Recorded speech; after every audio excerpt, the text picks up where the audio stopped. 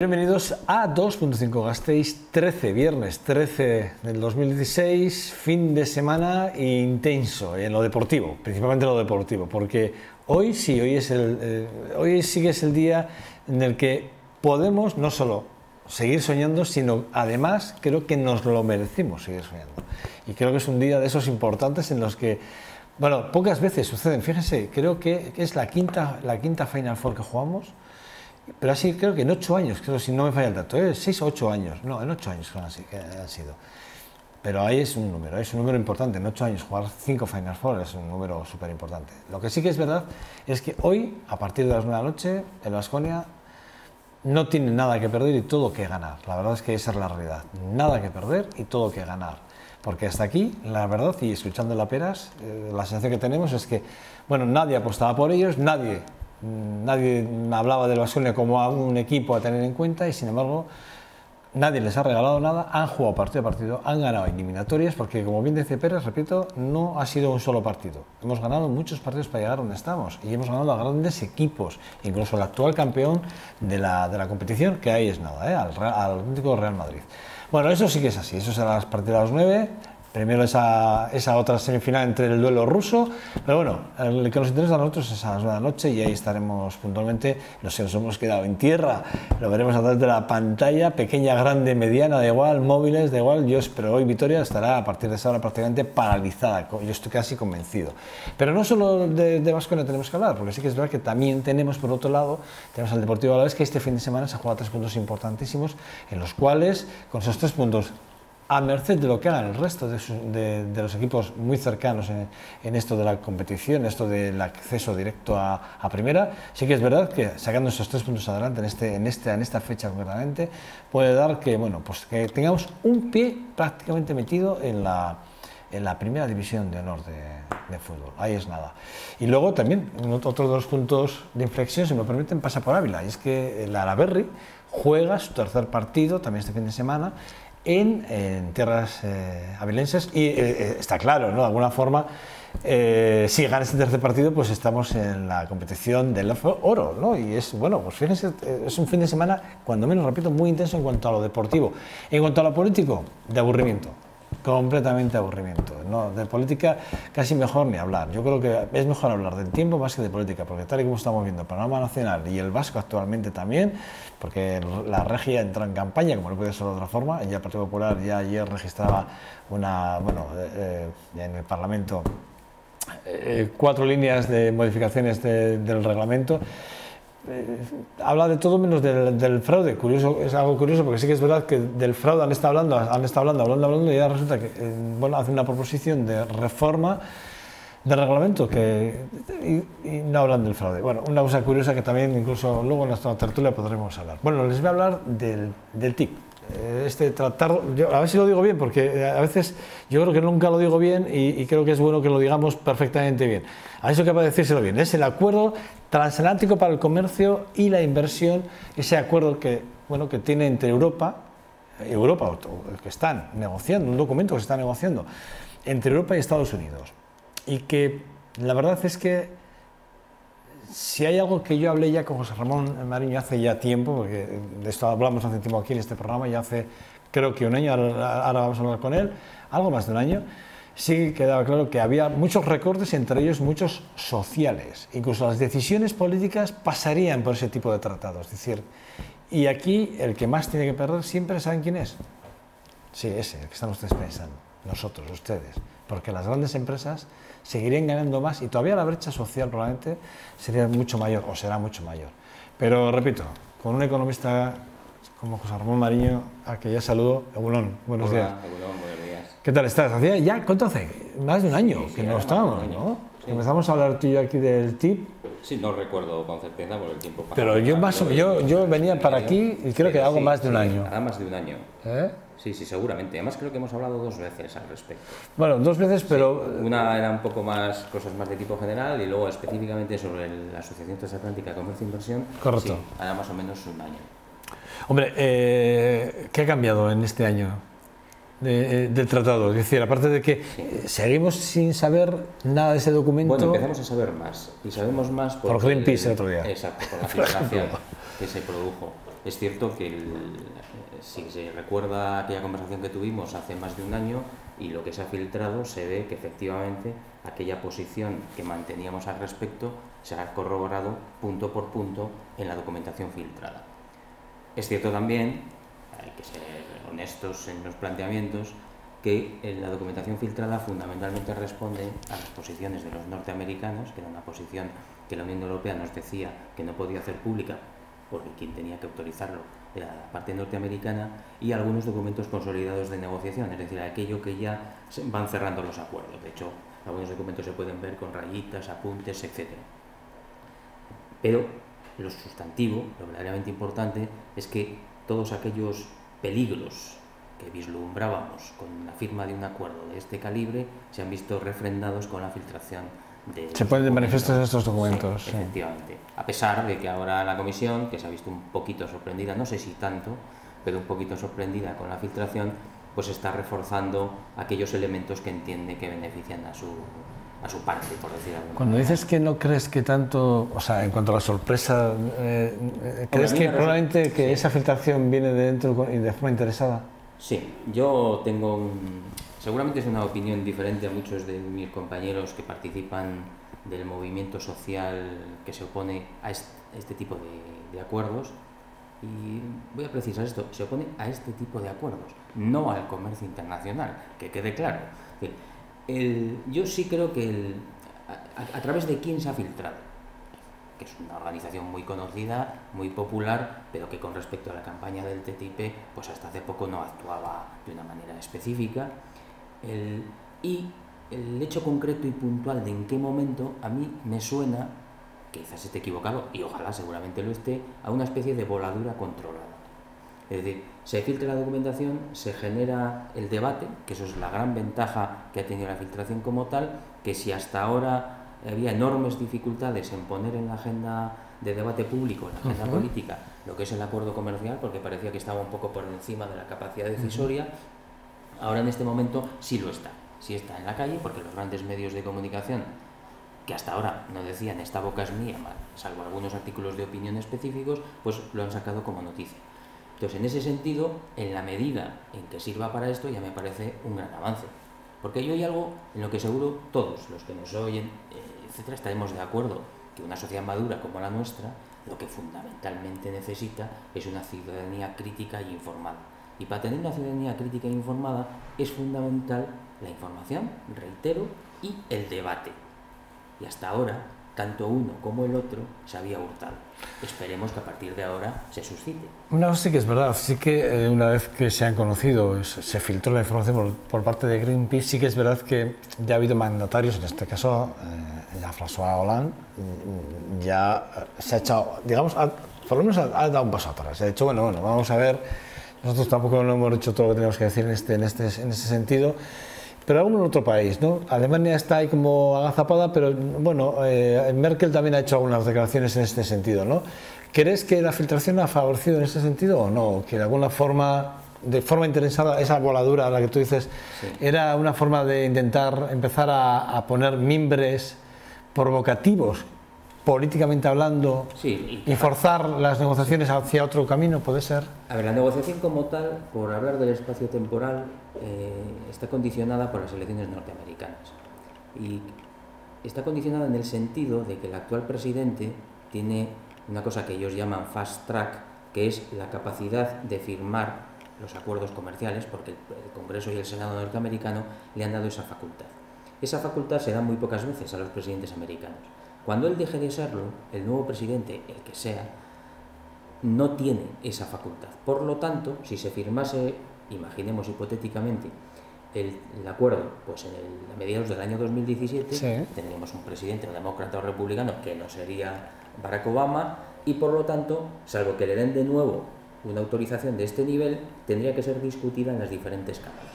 Discutir en las cámaras norteamericanas un acuerdo de este calibre, que puede tener tranquilamente 2.000 páginas de diferentes acuerdos de todo tipo, implica negociación de nuevo punto por punto dentro de, digamos, el conglomerado político.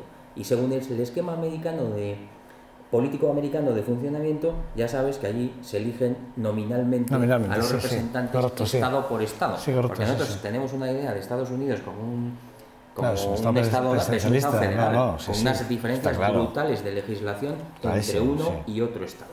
Y eso convierte muy, muy difícil la aprobación, sin revisar casi todo, de un acuerdo de estas características. Por eso existe la presión, no en el sentido agresivo del término, sino la necesidad de firmar antes de final de año. A mí me parece imposible, dicho sea de paso. Con la filtración es posible que la pretensión sea que se genere el movimiento social europeo de respuesta ante cuestiones como el principio de precaución, como las amenazas a los productos sanitarios y alimentarios, por nuestros estándares a ese respecto, etc. Y refuercen la posición de la Unión para que los Estados Unidos, en este sentido, cedan, con las comillas que se quieran poner, cedan en la mesa de negociación. Yo estuve el otro día en San Sebastián en un debate sobre pymes. Y estaba Ceballos, que es uno de los altos representantes de la comisión, una de las manos derechas de Cecilia Mastro, que es la comisión. Sí.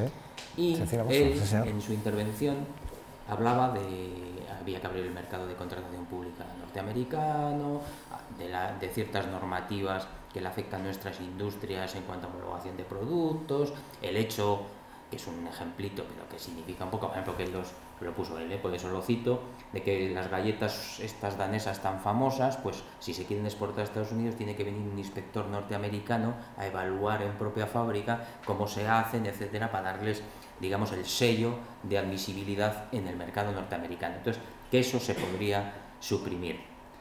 Claro, yo entonces le pregunté si todo esto que van a poner encima de la mesa los americanos cediendo sus posiciones, la cuestión está en qué ponemos nosotros. Entonces, claro, ¿qué estamos negociando? Es la pregunta clave, ¿no? O sea, como entonces, que si solo estuviese negociando la parte, ¿no? Él, entonces, después de un minuto que se tomó de reflexión, acabó diciendo que realmente la ambición fundamental que tienen los Estados Unidos en la negociación del acuerdo tiene que ver con el sector agrario, con la apertura de nuestros mercados agrarios. Por eso, en Francia, que es la despensa de Europa, cuando se habla del sector agrario hay una preocupación especial, y por eso Hollande, en cierto sentido, a la vista de los documentos, tiene que salir públicamente a decir que en estas condiciones nosotros no firmamos el acuerdo. Pero eso no deja de ser un brindis al sol.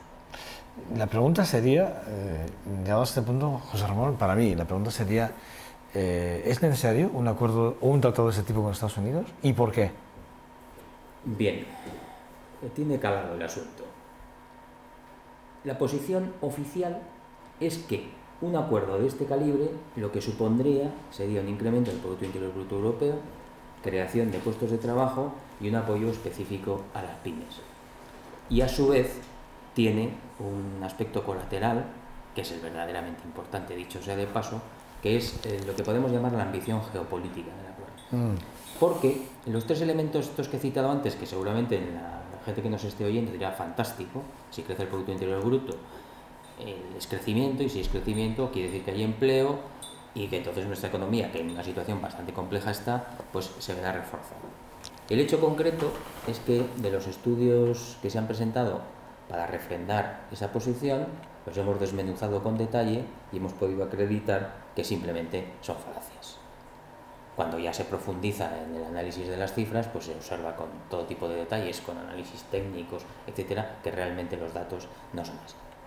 Para que se entienda muy fácil, los aranceles entre Estados Unidos y Europa están en una media del 3,5%, es decir, son muy pequeñitos, con lo cual ya son economías bastante integradas. Entonces el hecho de que desaparezcan los aranceles per se no supone un crecimiento económico importante.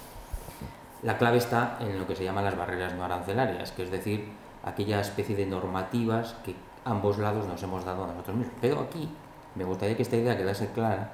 Las barreras no arancelarias son a su vez per se elementos de bienestar. ¿Por qué? Porque lo que suponen son aquella especie de reglamentos, de normas, de leyes que nosotros mismos nos hemos dado para consolidar nuestro modo de vida. Entonces, a la vez que, por ejemplo, una barrera no arancelaria que se podría modificar sin ninguna dificultad que es la homologación de las sillitas de bebé, por poner un ejemplo. Otra barrera no arancelaria es, por ejemplo, que el despido no sea libre. Al igual que una barrera no arancelaria es que tenga que venir el inspector norteamericano para evaluar las galletitas danesas, también una barrera no arancelaria es, por ejemplo, que aquí no existan productos transgénicos. O que, por ejemplo, aquí todos los temas de soberanía alimentaria estén garantizados, mientras que allí no. Que aquí la carne no se trate con ácido láctico o el pollo con cloro, mientras que allí sí se hace, etcétera, etcétera. Y el glifosfato, todo este tipo de cuestiones que ellos tienen permitidas y que nosotros tenemos prohibidos por el principio de precaución. Eso también son barreras no arancelarias. Ahora has hablado del principio de precaución desde el minuto 1. Y para hablar de barrera no arancelaria es lo que se define como dificultad de acceso al mercado. Es decir, lo que se pretende fundamentalmente es suprimir o homogeneizar todo ese tipo de dificultades de acceso al mercado para que todo el conjunto industrial tenga esa posibilidad.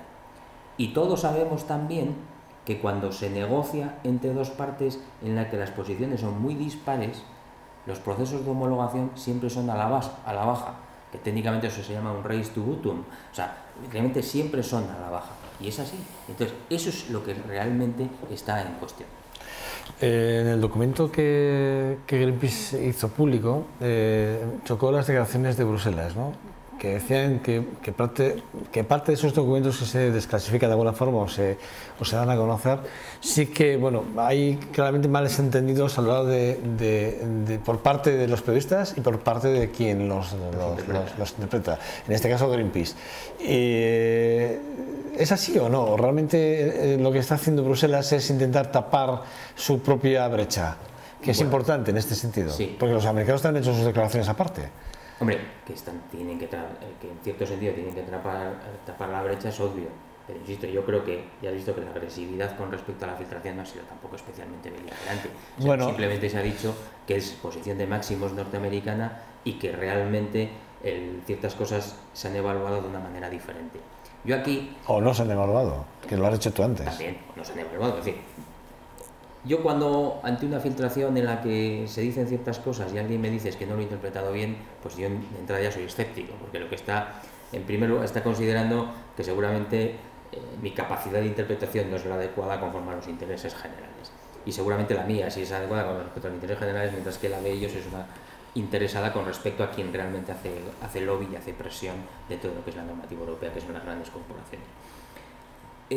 La posición de la Unión, en ese sentido, a mí me parece clara. Pero, por poner otro ejemplito, porque creo que es como mejor se entienden las cosas, sí, sin lugar a duda. La Unión Europea, por ejemplo, ha puesto encima de la mesa que ante los famosos tribunales de arbitraje inversor-Estado en defensa de las inversiones, como tenía un rechazo unánime prácticamente en toda la Unión, ha propuesto una alternativa, que le llaman el ICS, que es por usar siglas como utilizan ellos, Esa alternativa modificaba algunos de los aspectos más controvertidos del ISDS. Ahora bien, en primer lugar, los Estados Unidos no han aceptado esa modificación, por lo tanto, esa negociación sigue en marcha. Pero es que además, analizando con detalle la propuesta europea, se observa que lo sustantivo no ha cambiado para nada, que la asimetría entre los inversores extranjeros y los estados, que la capacidad de que ellos accedan a tribunales de arbitraje mientras que los demás no lo tienen, las empresas nacionales no lo tienen, etcétera, se mantiene. Pero, y ahí volvemos al lenguaje, pero analizando a su vez el propio lenguaje, hay un jurista holandés que ha hecho un estudio detallado, entonces nos ha puesto unos ejemplos específicos para que los viésemos. El lenguaje específico que se utiliza por parte de la Comisión en la normativa del ICS utiliza expresiones que, leídas por un profano, pues parecen absolutamente coherentes, pero luego resulta que cuando se plantea una demanda con respecto a algo, esa misma expresión, los árbitros, que son los que en definitiva sustancian, la interpretan de una manera radicalmente diferente a como se dice que es. Por lo tanto, si yo tengo una ley, con la interpretación. Claro, si yo tengo una ley que dice este vaso tiene agua, pero cuando esto llega al juzgado, los jueces siempre interpretan que está vacío, estamos hablando de ese juego de lenguaje. Y los juristas ya sabemos que para eso son muy débiles. Me parece increíble, de todas maneras. Hoy se reúnen en Bruselas, creo que es reunión de ministros de Comercio, con el tema de ese acuerdo también con Estados Unidos y Canadá, con el CETA, ¿no? Que le llamas, sí, ¿no? Que se llama, ¿no? Se llama CETA, sí. Tienen varios puntos y uno de ellos es este. CETA es un acuerdo muy similar al TTIP, es un acuerdo que ya el documento base está finalizado, el proceso de negociación ha acabado. Perdona, un paréntesis, Sí. ¿Cuánto tiempo va a durar esa negociación entre Canadá y Estados Unidos? Sí, esta también empezó en torno al 2002, o sea, al 2012, perdón, y ya ha acabado porque evidentemente el mercado es muy diferente, es mucho más pequeño y es muy diferente. Si bien CETA como acuerdo es muy similar a TTIP en cuanto a que recoge estos aspectos que llamamos en estos nuevos tratados de comercio como 3.0, es decir, ya recoge la cooperación regulatoria, los tribunales de arbitraje, una serie de aspectos de cobertura jurídica que los antiguos no tenían. Este está firmado, en este momento está en fase de traducción, de ahí que el lenguaje es muy importante porque, claro, eso pasa en muchos aspectos. Tú lees una traducción no exacta de un documento redactado en inglés y luego resulta que acaba diciendo casi todo lo contrario a lo que ponía el documento original, ¿no? Entonces están en esa fase que dura bastantes meses y una vez que se finalice la fase de traducción de lo que es los diferentes puntos del acuerdo, se tiene que pasar a la aprobación. El proceso de ratificación es que lo hace el Consejo, que después del Consejo va al Parlamento Europeo y que, como es un tratado mixto, luego lo tienen que ratificar los Estados. Pero hoy, además de resolver cómo va a ir avanzando ese proceso de ratificación, uno de los elementos que tienen encima de la mesa y que es realmente preocupante es la posibilidad de que determinen una aprobación provisional. Y aprobarlo provisionalmente implicaría que, aunque no estuviese ratificado, entraría en vigor, con las consecuencias que eso tiene en la hipótesis futura de que luego no se ratificase, porque todos los inversores que, conforme al acuerdo, hubiesen hecho acciones podrían reclamar ante tribunales de arbitraje su pérdida, digamos, para que se entienda bien, el beneficio latente perdido, las inversiones latentes, porque se podría considerar todo expropiación porque luego no se ha ratificado el acuerdo. Eso es lo que se llama un acuerdo zombie, en ese sentido, ¿no? Porque es como un zombie que acabas de poner ahí. Y aquí, a colación de lo que comentabas antes de la posición francesa, mientras que con respecto al TTIP, que todavía no compromete a nada cualquier declaración que hagas, han dicho que en estas condiciones no se firma. En cambio, el ministro francés de Comercio, en una reunión que tuvo con ATTAC Francia, les dijo que CETA se iba a firmar. Mira, y CETA sí recoge también elementos básicos que se supone. Y eso es hoy, además, ¿no? Eso es hoy. Hoy no se firma, hoy acuerdan la hoja de ruta. Hoy acuerdan la hoja de ruta, sí, pero la firma julio, es eminente. Es en julio, cuando empieza el proceso, luego tiene que ir al Parlamento Europeo y luego tiene que llegar a los Estados. Pero a final de año como muy tarde. Sí, la idea es que se firme, que entre en vigor en el año 2017. Y ahí el ministro de Comercio francés sí va a firmar.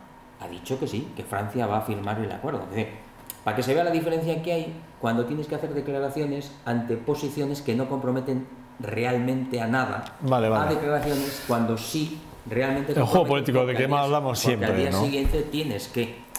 Francia aprobó la reforma laboral por un decreto ley. Hombre, artículo 33, mira que se está abondando, por cierto.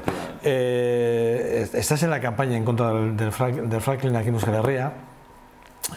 Estás como ATTAC, ¿no? Estás como ATTAC detrás de la campaña, ¿no? La campaña del TTIP es una campaña muy general, ahí están todos los sindicatos, absolutamente todos. Aquí no hay... Hay fisuras, ¿no? No hay fisuras sindical, están todos. Adiós, gracias, menos mal. Sí, están todos los partidos a la izquierda del Partido Socialista. Bueno, tampoco se lleva muy bien lo de izquierda o derecha, sino arriba y abajo, pero vamos, quiero decir que está un poco... ¿El Partido Popular también está? No está ni el Partido Popular, ni el Partido Socialista, ni el PNV, ni UPyD, ni Ciudadanos. ¿Y por qué no está? ¿Se sabe?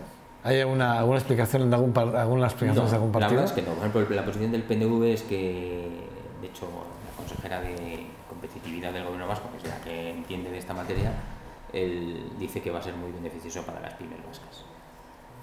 Entonces, al final es una cuestión de modelo. Es decir, para que nos entendamos, el TTIP o los acuerdos de comercio de este estilo en general, lo que vienen a plantear es una consolidación de un modelo económico concreto, modelo económico en el que estamos perfectamente inmersos. Ese modelo económico que lo que hace fundamentalmente es eliminar capacidad de competencia de los estados-nación para elevarlo a organismos burocráticos supranacionales. Si Vamos, yo hiciese- me da la sensación que es algo inalcanzable, algo en lo Claro, que ya... que se nos queda fuera del... Sí, incluso de la regulación política, incluso, Sí, ¿no? Como estar sí. por encima de la Es un poco propia... esta idea que nos han vendido, que tiene una gran cobertura ideológica, dicho sea de paso, con que la economía poco menos que es un derecho natural, algo en lo que los mortales normales no podemos intervenir.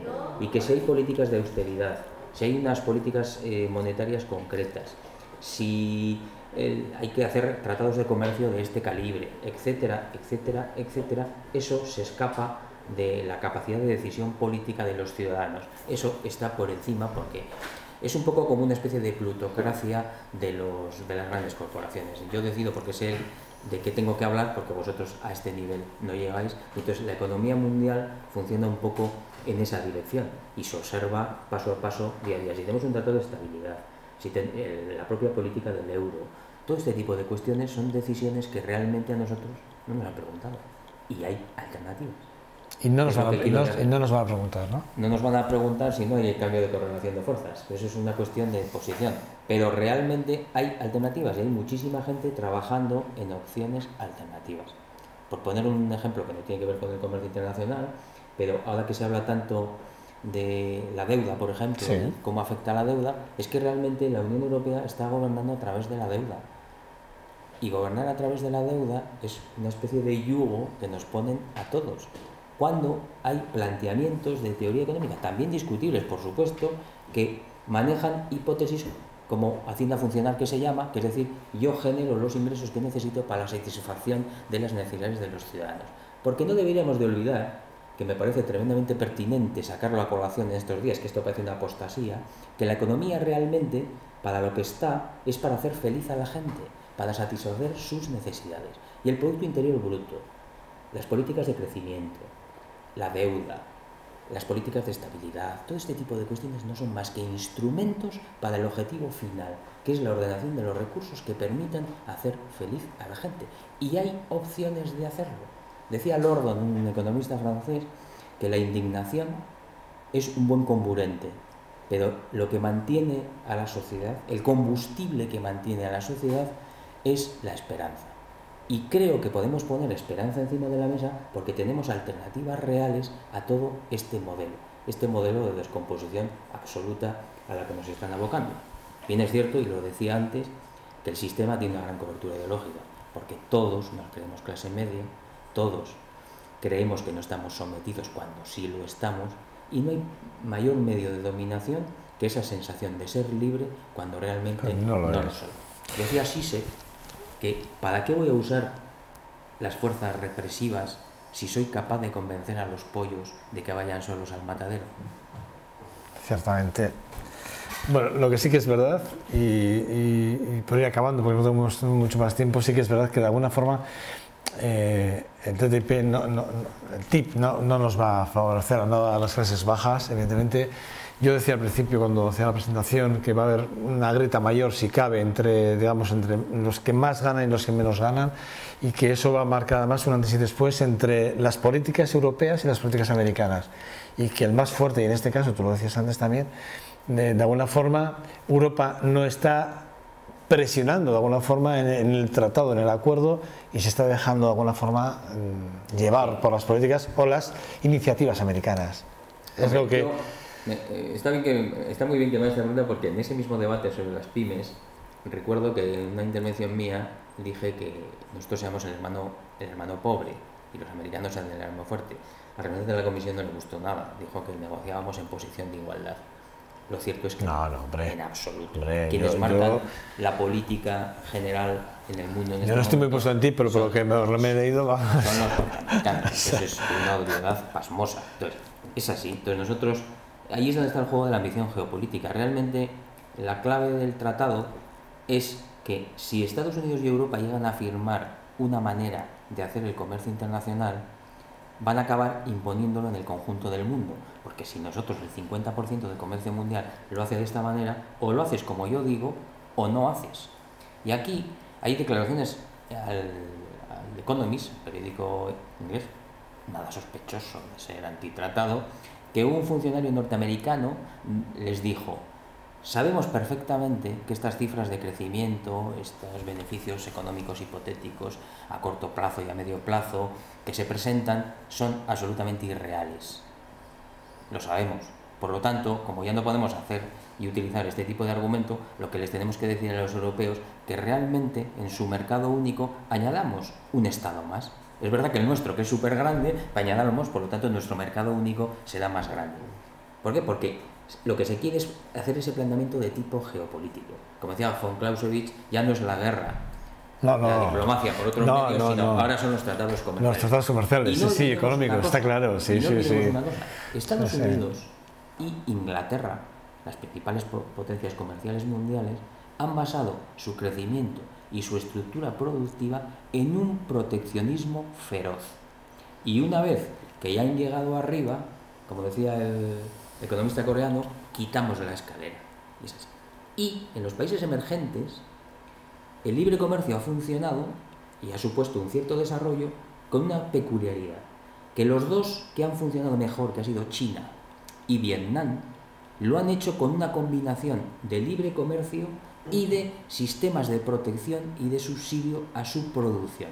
Es decir, que no han hecho realmente libre comercio en el sentido estricto, sino han aplicado políticas comerciales con medidas proteccionistas. Claro. Y el que realmente sí se ha metido en la dinámica libre comercio general, que ha sido México, está totalmente estancado. Es decir, para que se vea que al final no siempre esa idea y ese mantra que se vende de que el libre comercio genera desarrollo, genera crecimiento y genera bienestar es cierto.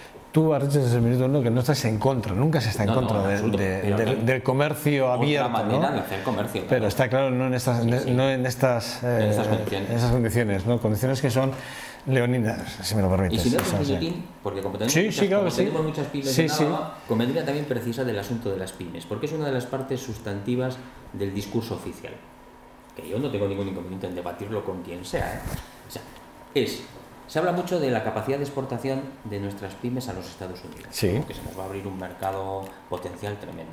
Yo recordaría que en Europa hay 20 millones de pymes, que generan más o menos un 58% del valor añadido bruto europeo y que dan trabajo al 65% de los ciudadanos europeos.